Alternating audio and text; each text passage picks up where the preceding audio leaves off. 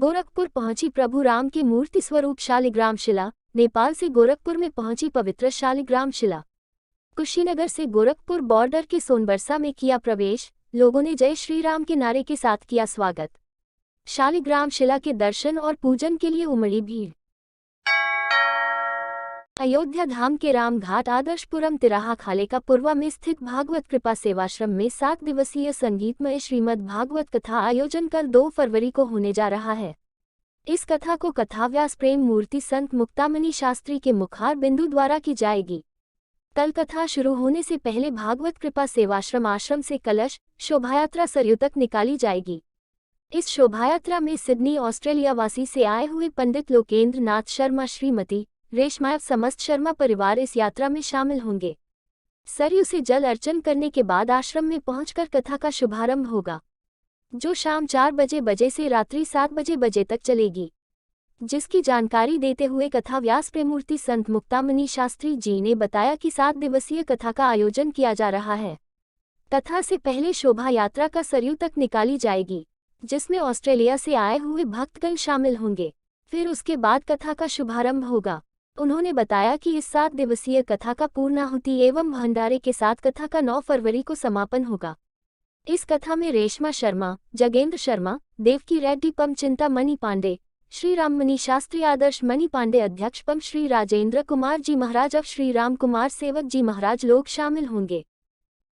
कृष्ण वंदे जगत गुरु भगवान श्री सीताराम जी की कृपा से श्री अयोध्या धाम में भागवत कृपा सेवा आश्रम में रामघाट 7 दिवसीय श्रीमद् भागवत महापुराण का भव्य आयोजन हम लोग कर रहे हैं।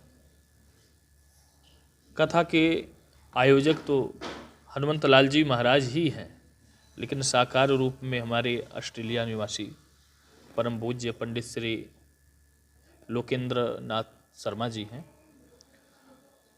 दिनांक 2 फरवरी को हम सब लोग 10 बजे भव्य कलश यात्रा शोभा यात्रा के साथ में, पोथी यात्रा के साथ में माँ सरजू जी के किनारे, सरजू जी के तट तक जाएंगे। स्नान करके वरुण देवता का पूजन करके कलश में जल भर के और पोथी यात्रा के साथ गाते बजाते नृत्य करते कीर्तन करते मंदिर परिसर में आएंगे और पुनः 4 बजे से लेकर के रात्रि 7 बजे तक भव्य श्रीमद् भागवत महापुराण की कथा का गायन श्रवण लाभ हम लोग प्राप्त करेंगे। उद्देश्य यही है कि जनमानस तक सनातन धर्म का प्रचार प्रसार हो और जो लोग भगवान की कथा को नहीं सुन पा रहे हैं अर्थ के कारण से या किसी भी कारण से, वो भी आकर के यहाँ पर बैठ करके सपरिवार कथा को श्रवण करें और अपने जीवन को धन्य बनावें, लाभ प्राप्त करें। समापन इसका जो है वाणी के द्वारा जो हम लोग प्रवचनात्मक रूप से कथा करेंगे वो तो आपका 8 तारीख को विश्राम होगा, लेकिन 9 तारीख को हम लोग भी विराट भंडारे के साथ आयोजन का विराम करेंगे। इस कथा का समय सायं 4 बजे से लेकर के 7 बजे तक सुनिश्चित किया गया है। हमारा नाम पंडित मुक्तामणि शास्त्री, भागवत कृपा सेवा आश्रम, श्री रामघाट, अयोध्या जी। और सौभाग्य की बात ये है कि अभी हमारे अयोध्या जी में भागवत कृपा सेवा आश्रम के नाम से एक ही आश्रम है जो हम लोगों ने स्थापित किया है, खास करके सत्संग, प्रवचन और श्रीमद् भागवत श्री राम कथा के लिए ही। और यहाँ पर समय समय पर हम लोग दिव्यातिदिव्य आयोजन करते रहते हैं। हमारे देश विदेश के जो शिष्यगण हैं, भक्तगण हैं, ठाकुर जी के उपासकगण हैं, उनका योगदान सहयोग प्राप्त होता रहता है। कथा में शामिल केवल एक देश फिजी है, फिजी के निवासी, और ऑस्ट्रेलिया देश से हमारे पूज्य श्री लोकेंद्र नाथ शर्मा जी जो मुख्य इसके आयोजक हैं वो सम्मिलित होंगे। और हमारे अध्यात्म पथ चैनल के माध्यम से Canada, California, Malaysia, Singapore, Australia, New Zealand, Fiji या यूके है, यूनाइटेड किंगडम इत्यादि के भक्तजन इस कथा में सम्मिलित होकर के कथा का श्रवण गायन लाभ और भारत के। धन्यवाद बाबू जी, सभी को नमस्कार, प्रणाम। और ये बड़ी अच्छी लगी है, मेरी सौभाग्य है। वर्षों से मैं सोच ही रहा था कि भारत देश में और पावन भूमि अयोध्या में जाकर सरयू मैया के तट पर कभी ज्ञान यज्ञ का अनुष्ठान हो जाए और इससे भागवत कथा या राम कथा किसी में मैं भाग ले सकूं, ऐसे मेरा मन में भाव बन रहा था। जन्मों से वर्षों से बनते बनते बनते योग नहीं बन रहा था। कई साधु महात्माओं से मैंने सुना था कि तीर्थों में बैठकर भागवत सुनने से कई लाखों गुना फल प्राप्त होता है। तो जो कुछ रघुनाथ जी की कृपा से, ठाकुर जी की कृपा से धन जुड़ा बना, अपने परिवार सहित मैं अपनी पत्नी और 2 यार दोस्त के साथ में आकर, और मेरे बच्चों ने कहा ठीक है पिताजी जाइए, और माता पिता तीर्थ में बैठकर, धाम पर बैठकर कथा सुनिए। तो भगवान के भाव एक से भागवत सेवा आश्रम जो हमारे है, और हमारे मुख्य श्रोता परम पूज्य प्रण आदरणीय श्रद्धेय जो मुक्ति मना शास्त्री जी जो है, ये हमारा अभ्यास बने और हम उनके श्रोता बने। इस कथा सुनने का आयोजन हुआ। आश्रम से रहने के लिए यहाँ ठिकाना मिला, जगह मिला, खाना पानी सेवा के लिए सब कुछ मिला, व्यवस्था हो गया। तो हम ऑस्ट्रेलिया से पूना सिंगापुर होते हुए आकर यहाँ पहुँच गए और कथा का अब तैयारी हो रहा है सुनने के लिए। और सौभाग्य है कि आप तक आप लोग के चैनल के माध्यम से मेरे परिवार तक भी संदेश पहुँचेगा। इस चैनल को भी धन्यवाद देते, क्योंकि अब ये तो पक्का हो गया कि मैं अकेले नहीं, चैनल के माध्यम से हजारों जीव, लाखों जीव इसको सुनेंगे और उनका भी मिलेगा, उनका आशीर्वाद इस चैनल को भी प्राप्ति हो। आशीर्वाद। मेरा नाम है लोकेंद्र नाथ शर्मा। मैं जन्मा हूँ फिजी में, फिजी आइलैंड में मेरा पैदाइश हुआ है।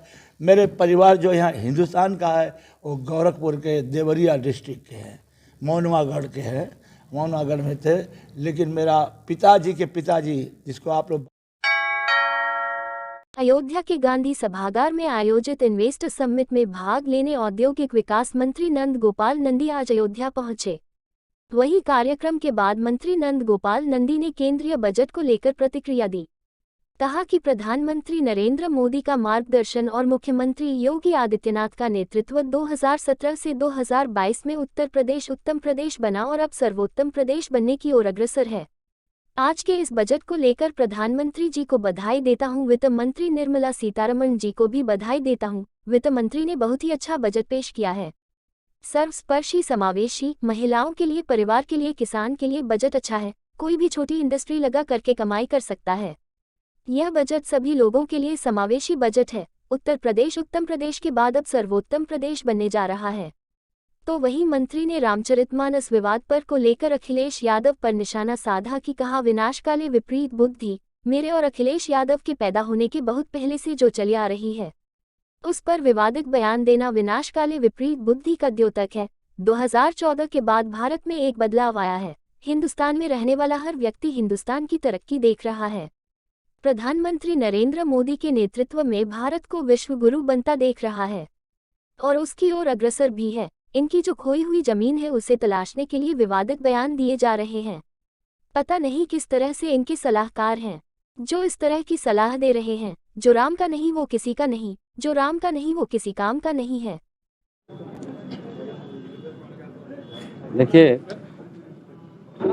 आदरणीय प्रधानमंत्री नरेंद्र मोदी जी के मार्गदर्शन में 2017 से 2022 में प्रधानमंत्री जी का मार्गदर्शन और माननीय मुख्यमंत्री योगी आदित्यनाथ जी का नेतृत्व 2017 से 2022 में उत्तर प्रदेश उत्तम प्रदेश बना है और अब सर्वोत्तम प्रदेश बनने की ओर अग्रसर है।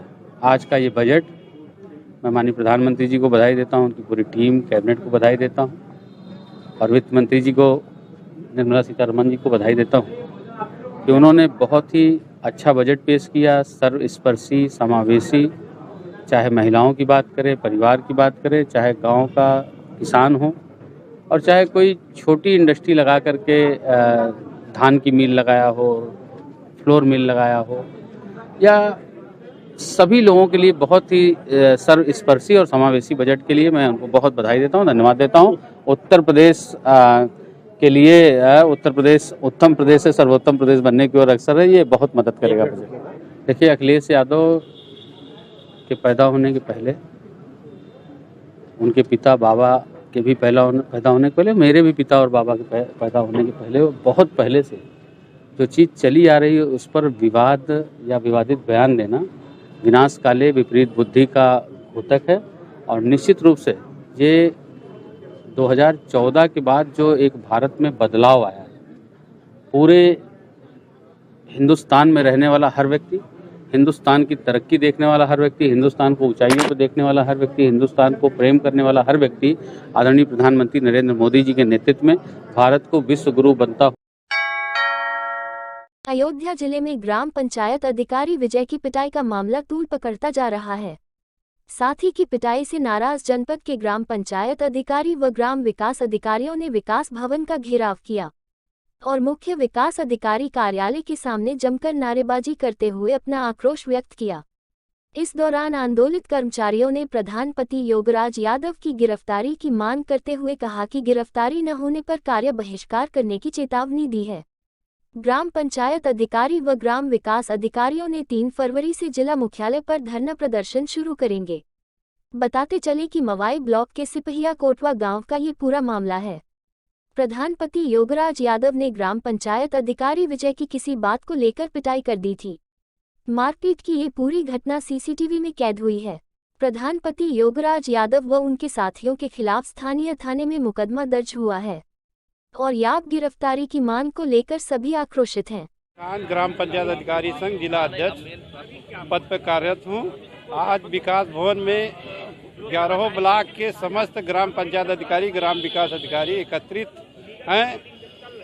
कल दिनांक 31 तारीख को दिन के 12 बजे दिन दहाड़े हमारे साथी सचिव श्री विजय कुमार के साथ जो है सिपहिया कोटवा के प्रधानपति अपने गैंग के साथियों के साथ आए और दिन दहाड़े जूतों से मारा, कम से कम 10-20 जूता मारा और गला दबाकर जो है मारने की कोशिश की। ये तो साथियों के बीच बचाव से किसी तरह उनकी जान बची और इसका जो है वहाँ के ब्लॉक परिसर में लगा हुआ सीसीटीवी कैमरा में रिकॉर्ड है, जो कि हम लोग के पास साक्ष्य के रूप में उपलब्ध भी है।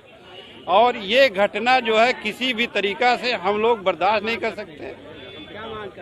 हम लोग ये मांग करते हैं कि उस व्यक्ति के खिलाफ जो है सुसंगत धाराओं में FIR दर्ज हो चुकी है, लेकिन जब तक उस व्यक्ति की गिरफ्तारी नहीं हो जाती और उक्त प्रधान द्वारा जो भी गैंग भेजकर कार्य किया गया, जब तक उनके खिलाफ 95(1) की नोटिस नहीं जारी होती है, हम लोग कार्य बहिष्कार करेंगे। कोई भी काम हम लोग नहीं करेंगे, क्योंकि हम लोग 3 तारीख को अभी जिला प्रशासन को नोटिस देंगे। अगर मेरी मांगे 24 घंटा के अंदर पूरी हो जाती है तो हम लोग अपने कार्य पर चले जाएंगे, अन्यथा हम लोग 3 तारीख को विकास भवन में अनवरत जो है धरना प्रदर्शन करेंगे जब तक उस व्यक्ति की गिरफ्तारी या वैधानिक कार्रवाई नहीं हो जाती। मेरा नाम नसीम खान है, मैं जिला अध्यक्ष पद पर कार्यरत हूँ, ग्राम पंचायत अधिकारी संघ जनपद अयोध्या।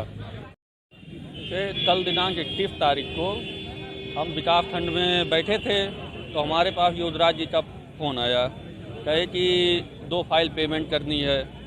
तो हमने कहा आप दिव्यांग शासन की जो मंशा है पहले कायाकल्प था, तो उन्होंने कहा कि हमारी 2 फाइल नल मरम्मत और पुलिया जो कि फर्जी तरीके पे था, तो हमने कहा कि आप उसको दिव्यांग शौचालय बनवा लीजिए, शासन की मंशा जो है उसको पूर्ण कर लीजिए कायाकल्प का कार्य और उसका भुगतान हम कर देंगे। इसके लिए उन्होंने हमारे पास 6 महीने पहले भी फ़ोन किया था, तो हमने उनका 2 भुगतान किया भी कि आपके पास पैसा नहीं तब दिव्यांग शौचालय आप बनवा लीजिए। तो उन्होंने कहा ठीक हम बनवा लेंगे। फिर 1 हफ्ते बाद हमने कि आपने काम शुरू नहीं किया, तो कह रहे हैं कि अभी नहीं हो रहा, चालू करवा देंगे। हम वहाँ मीटिंग में लगातार दबाव सहते गए और उन पर कहते रहे कि चालू करवा दीजिए, हमारे पर दबाव आ रहा है। तो उन्होंने कहा ठीक है। फिर उसके बाद कल के डेट में फ़ोन किया कि पेमेंट करना है कि नहीं। हमने कहा कि पहले आप कंप्लीट करो, हम पेमेंट कर देंगे। उसके बाद उन्होंने फ़ोन काट दिया और 2 दिन पहले कोई पात्र है तो उसको कहते हैं इसको अपात्र करिए और जो अपात्र है उसको कहते हैं पात्र करिए। तो ये हमारे द्वारा किया नहीं गया, यही सब रंजिश लेके उन्होंने ब्लाक पे आके हमारे साथ जो है ये कांड किया। अभी तक पुलिस की तरफ से क्या कार्रवाई हो, क्या FIR दर्ज हो गया है और अभी गिरफ्तारी उनकी नहीं हुई है। तो क्या चाहते हैं आप? उनकी गिरफ्तारी हो और उनके जो प्रधान हैं जिसके द्वारा वो किया गया है उनके लिए 95 की नोटिस जारी हो। प्रधान का क्या नाम है? प्रधान हेमा यादव, उनके पति है योगराज यादव। कहाँ पे आए हैं और क्या काम? जी कहाँ पे आए हैं? विकास भवन परिषद। क्या नाम है? विजय कुमार। सपा नेता स्वामी प्रसाद मौर्य के खिलाफ हनुमानगढ़ी के नागा साधु अब सड़क पर उतर आए हैं। अखाड़ा परिषद के पूर्व अध्यक्ष महंत ज्ञानदास के शिष्य संजय दास के नेतृत्व में सैकड़ों की संख्या में नागा साधु व अयोध्या के व्यापारी प्रदर्शन जुलूस निकालकर पुतला फूंका और राम नाम सत्य नारे लगाते हुए अंतिम विदाई भी दी। रामचरितमानस पर टिप्पणी के बाद अब साधु संतों और जाति विशेष को लेकर स्वामी प्रसाद मौर्य ने एक और टिप्पणी कर विवाद बढ़ा दिया है, जिसको लेकर अब साधु संत सड़क पर उतर आए हैं। हनुमानगढ़ी प्रसाद मौर्य का पुतला लेकर सड़क पर उतरे साधु संत ने घाट तक जुलूस निकाला और लता मंगेशकर चौराहे पर पुतला दहन का चेतावनी दी है कि अगर स्वामी प्रसाद मौर्य माफी नहीं मांगे तो अंजाम और भी बुरा होगा। वहीं संजय दास ने विरोध दर्ज कराते हुए बताया कि स्वामी प्रसाद मौर्य ने सनातन धर्म और हिंदुत्व के प्रति अभद्र भाषा का प्रयोग किया है। वह बहुत ही निंदनीय है। एक पार्टी में रहकर उन्हें इस प्रकार का कार्य नहीं करना चाहिए। तुरंत चेतावनी देते हुए कहा कि अगर वह स्वयं माफी नहीं मांगते हैं और उन्हें पार्टी से नहीं निकाला जाता है तो इसके गंभीर परिणाम होंगे। तो वही दो टूक में कहा कि किसी भी व्यक्ति के द्वारा आरोप लगाने से पहले अपने गिरेबान में झांक लेना चाहिए। सनातन धर्म के अंतर्गत ऐसा कोई प्राविधान नहीं है कि किसी को हम मार सके, काट सके, सजा दे सके। लोकतांत्रिक परंपरा के हिसाब से उनका विरोध हमने जताया। उनके जो मुख्य नेतागण हैं, उनके पार्टी के लोग हैं, उस पर संज्ञान लेकर के ऐसे लोगों को अपने पार्टी में न रखें, न तो रसातल पर चले जाएंगे। अयोध्या के साधु समाज, सदगृहस्थ, व्यापारी बंधु जितने भी हैं, सभी लोगों ने एक स्वर से स्वामी प्रसाद मौर्य का विरोध किया है और अगर ये माफ़ी नहीं मांगे तो इसके गंभीर परिणाम भुगतने पड़ेंगे। और क्या आगे क्या नहीं कहा? आगे ऐसी रणनीति होगी तो देखने लायक रहेगा। इनका व्यक्तिगत बयान हो सकता है क्योंकि अखिलेश जी स्वयं धार्मिक हैं। निश्चित है वो हर मठ मंदिरों में, अभी अयोध्या भी आए थे। आपकी जो है मथुरा वृंदावन देख सकते हैं, उनकी जो रीति रिवाज परंपरा है, अभी उनके पिताश्री का स्वर्गवास हुआ है तो किस तरह से उन्होंने किया। उनकी आस्था परमात्मा में है, लेकिन ये भ्रष्ट आदमी जो है, जो चरित्र से हीन व्यक्ति स्वामी प्रसाद मौर्य जैसे को तत्काल पार्टी से निकाल के बाहर कर देना चाहिए, दूध की मक्खी की तरह।